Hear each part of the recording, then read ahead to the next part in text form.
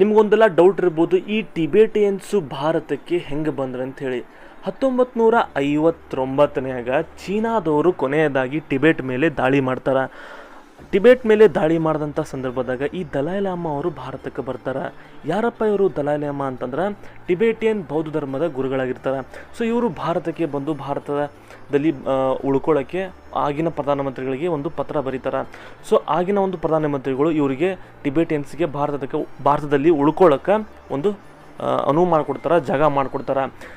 ಉತ್ತರ ಭಾರತದಲ್ಲಿರುವಂತಹ ಈ ಧರ್ಮಶಾಲೆ ಒಳಗೆ, ಜೊತೆಗೆ ಈ ಒಂದು ನಮ್ಮ ಕರ್ನಾಟಕದಲ್ಲಿ ಬೈಲ್ಕೊಪ್ಪ ಅನ್ನುವಂತಹ ಒಂದು ಜಾಗದಲ್ಲಿ ಇವರಿಗೆ ಒಂದು ಉಳ್ಕೊಳ್ಳೋಕೆ ಜಾಗ ಕೊಡ್ತಾರೆ. ಸೊ ಹೀಗೆ ಟಿಬೇಟಿಯನ್ಸು ಭಾರತಕ್ಕೆ ಬಂದು ಅವರು ನೆಲೆ ಊರ್ತಾರೆ.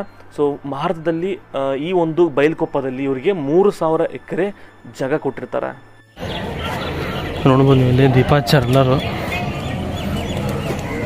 ಸಾರಳ ದೀಪಾಚಾರ ನೋಡ್ರಿ. ನಿಮಗೆ ಇಲ್ಲಿ ಪ್ರಮುಖವಾಗಿ 3 ಮೂರ್ತಿಗಳು ಕಾಣಿಸ್ತಾವು.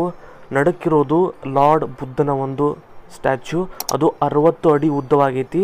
ಎಡ ಮತ್ತು ಬಲಭಾಗದಲ್ಲಿ ಅಮಿತಾಯಸ್ ಮತ್ತು ಪದ್ಮ ಸಂಭವ ಮೂರ್ತಿ ಅದಾವು. ಅವು 2 ಮೂರ್ತಿಗಳು 58 ಅಡಿ ಉದ್ದವಾಗೈತಿ. ಮತ್ತು ಇದು ಕಂಚಿನಿಂದ ಮತ್ತು ಬಂಗಾರದ ಲೇಪನ ಮಾಡಿ ಈ ಮೂರ್ತಿಯನ್ನು ಮಾಡ್ಯಾರ.